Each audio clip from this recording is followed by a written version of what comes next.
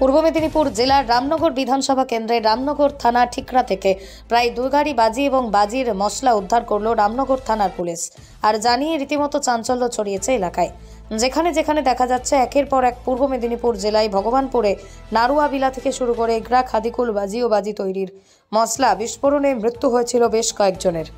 সেখান থেকে শিক্ষা নিয়ে রাজ্যের মুখ্যমন্ত্রী ঘটনাস্থলে এসে নির্দেশ দিয়েছিলেন অবৈধ বাজি তৈরির কারখানা বন্ধ করতে হবে এবং সেই সঙ্গে ঘোষণা করেছিলেন যে রাজ্যে বাজির ক্লাস্টার গড়ে তোলা হবে। কিন্তু কাজের কাজ কিছুই তো হয়নি, তা আরেকবার প্রমাণ হয়ে গেল পূর্ব মেদিনীপুর জেলার রামনগরে। সেখানেই দেখা যাচ্ছে যে আজ সন্ধ্যা 6টা নাগাদ ঠিকরা বাস স্ট্যান্ড থেকে কিছুটা দূরেই 2 গাড়ি বাজি উদ্ধার করল রামনগর থানার পুলিশ। সেখানে উপস্থিত ছিলেন রামনগর থানার ওসি সহ ডিএসপি, বিএনপি ও অন্যান্য পুলিশ আধিকারিকগণ। এই ঘটনায় একজনকে গ্রেপ্তার করেছে রামনগর থানার পুলিশ। সুমন কল্যাণ বেরা নামে এক ব্যক্তিকে আটক করেছে রামনগর থানার পুলিশ। তবে এই বাজিগুলো কোথা থেকে আসছিল বা কোথায় যাবে তা তদন্তে উঠে আসবে বলেই জানিয়েছেন পুলিশ আধিকারিকরা। আজকে রামনগর থানা পুলিশের একটা বড় সাফল্য, যেখানে বিভিন্ন রকম বাজি অবৈধ কারখানায় মানুষের মৃত্যু ঘটে। আজকে প্রায় 2 গাড়ি অবৈধ শব্দবাজি এবং বারুদের মশলা উদ্ধার করলো রামনগর থানা পুলিশ। কি বলবেন?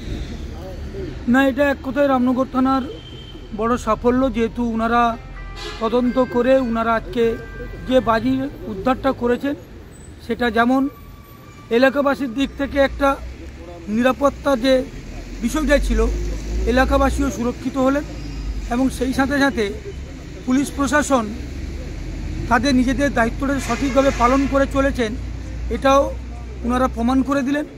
আগামী দিনে আমরা চাইব, আপনারা জনপ্রতিনিধি, স্বাভাবিক মুখ্যমন্ত্রী নিজেই বলেছিলেন যে অবৈধ বাজি কারখানা বন্ধ করতে হবে, সেটা কতটা এখনও তো মনে হয় বিভিন্ন জায়গায় অবৈধ চালিয়ে যাচ্ছে, সেটা আরও পুলিশকে কতটা তৎপর হওয়া দরকার আছে?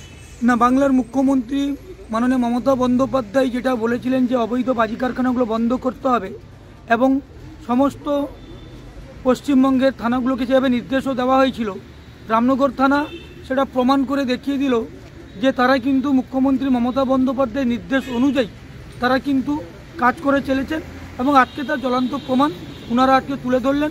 আমরা চাইব আগামী দিনে রামনগর থানা এইভাবে কাজ করুক এবং অবৈধ কাজের সঙ্গে যে সমস্ত মানুষ যুক্ত রয়েছে তাদের বিরুদ্ধে কড়া পদক্ষেপ নিই এবং সেই সাথে অবৈধ বাজি কেন অন্যান্য কিছু যদি ওনারা যদি পান সেটা যাতে বাজেয়াপ্ত করেন। তার নামটা যদি বলেন। কৌশিক বারিক, শিক্ষা কর্মদক্ষ, রামনগর 1 পঞ্চায়েত সমিতি।